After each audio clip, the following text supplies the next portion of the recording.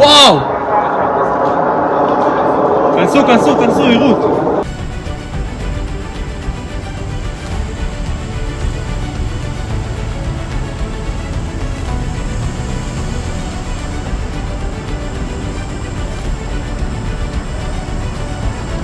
യമനിൽ നിന്ന് ഹൂതികൾ തൊടുത്ത ബാലിസ്റ്റിക് മിസൈൽ ഇസ്രായേൽ അതിർത്തി കടക്കുന്നതിന് മുൻപ് വെടിവെച്ചിട്ട് ഇസ്രായേൽ.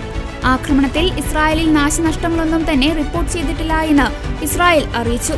ടെൽ അവീവ്, റിഷോൺ ലെസിയോൺ, റെഹോവോട്ട്, ജെറുസലേമിന്റെ പ്രാന്തപ്രദേശങ്ങൾ എന്നിവിടങ്ങളിൽ രാത്രി 8 മണിയോടെ സൈറണുകൾ മുഴങ്ങിയത്. യമനിലെ ഹൂതികൾ തൊടുത്ത മിസൈലുകളെല്ലാം തന്നെ ഇസ്രായേൽ വിജയകരമായി തടഞ്ഞിട്ടുണ്ട്. അതിനിടെ അമേരിക്ക ഹൂതികളെ ഉന്നമിച്ച് നടത്തിയ ആക്രമണത്തിൽ ഹൂതികളുടെ മുതിർന്ന നേതാവിനെ കൊലപ്പെടുത്തി.